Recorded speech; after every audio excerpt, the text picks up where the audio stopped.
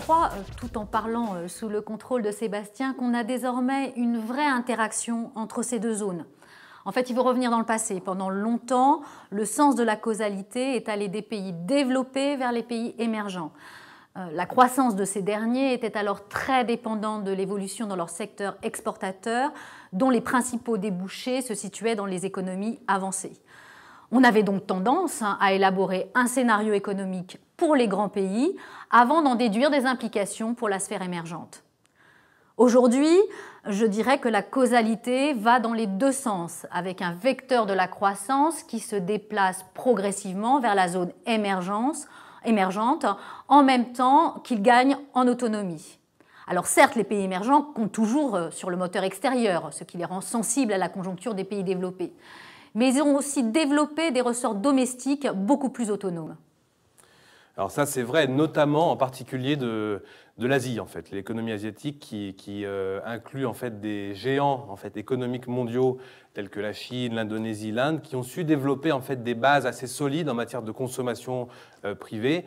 En fait, l'Asie aujourd'hui, dans le monde, à parité de pouvoir d'achat, pèse un tout petit peu moins de 30% du PIB mondial, du produit intérieur brut mondial. C'est 2 fois plus qu'au début des années 90. Alors, il y a pas mal d'exemples qu'on pourrait citer de l'impact des émergents sur les pays développés. Il y en a un, c'est notamment sur l'inflation. L'urbanisation dans les pays émergents entraîne le développement de classes moyennes qui changent leurs habitudes alimentaires, consomment plus de viande et du coup, cela a un impact haussier sur les matières premières agricoles et alimentaires à l'échelle du monde et du coup, ça alimente aussi l'inflation aux États-Unis et puis dans la zone euro. Donc ça, c'est un exemple récent que l'on peut citer. Et c'est vrai que globalement, on était dans un monde en fait unipolaire, basé, centré sur les États-Unis et puis l'Europe. De plus en plus, on s'achemine vers un monde multipolaire avec l'émergence de grandes puissances qui n'étaient pas là auparavant, comme la Chine, le Brésil ou l'Inde.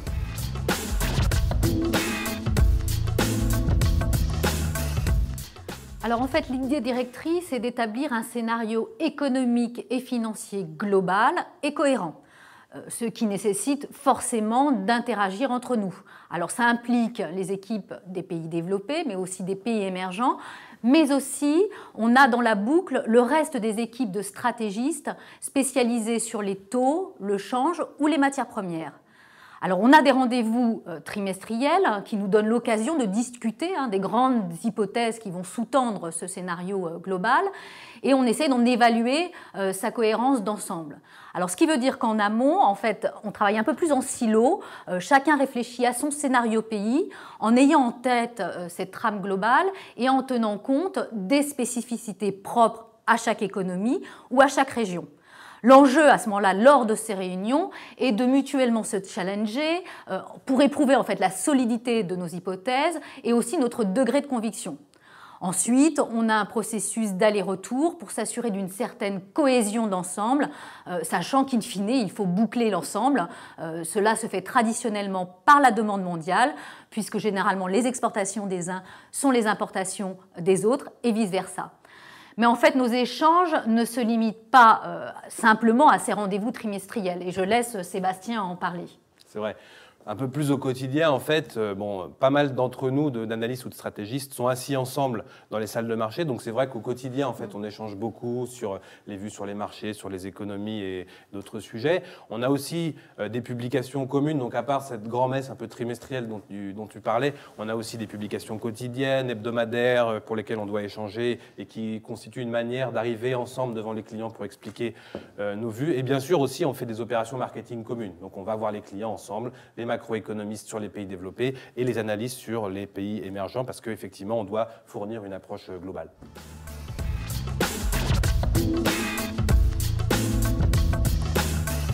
Eh bien, je dirais que les implications sont immédiates. En fait, on a ce scénario unique au niveau du groupe Crédit Agricole, ce qui veut dire qu'on a une implication immédiate dans le sens où on entre directement dans les procédures budgétaires ou dans les plans stratégiques moyen-long terme du groupe Crédit Agricole. On décline aussi des variantes autour de ce scénario central qui vont servir de base de travail, soit pour le département des risques ou pour la gestion actif-passif. Et puis on prend, alors de manière assez régulière, notre bâton de pèlerin pour expliquer ce scénario aux différentes entités du groupe, alors que ce soit les filiales assurances, la gestion d'actifs, la banque privée ou d'autres entités. Et vous voyez que cela implique nécessairement de devoir s'imprégner de ce scénario global, dans toutes ses dimensions, puisque le plus souvent, on nous demande d'avoir des vues transverses et de pensée globale. On doit donc être capable, même si ce n'est pas notre spécialité, de relayer les messages de nos collègues, des pays émergents en particulier, et inversement. Bon, en fait, sur les marchés émergents, notre approche est peut-être un peu plus intégrée entre macroéconomie et puis stratégie. Et du coup, en fait, la manière dont on est utilisé par le groupe, c'est d'aller chez le client pour faire des recommandations un peu stratégiques sur les marchés émergents et qui, bien sûr, s'appuient sur nos analyses économiques et sur, bien sûr, les vues des macroéconomistes sur les pays développés.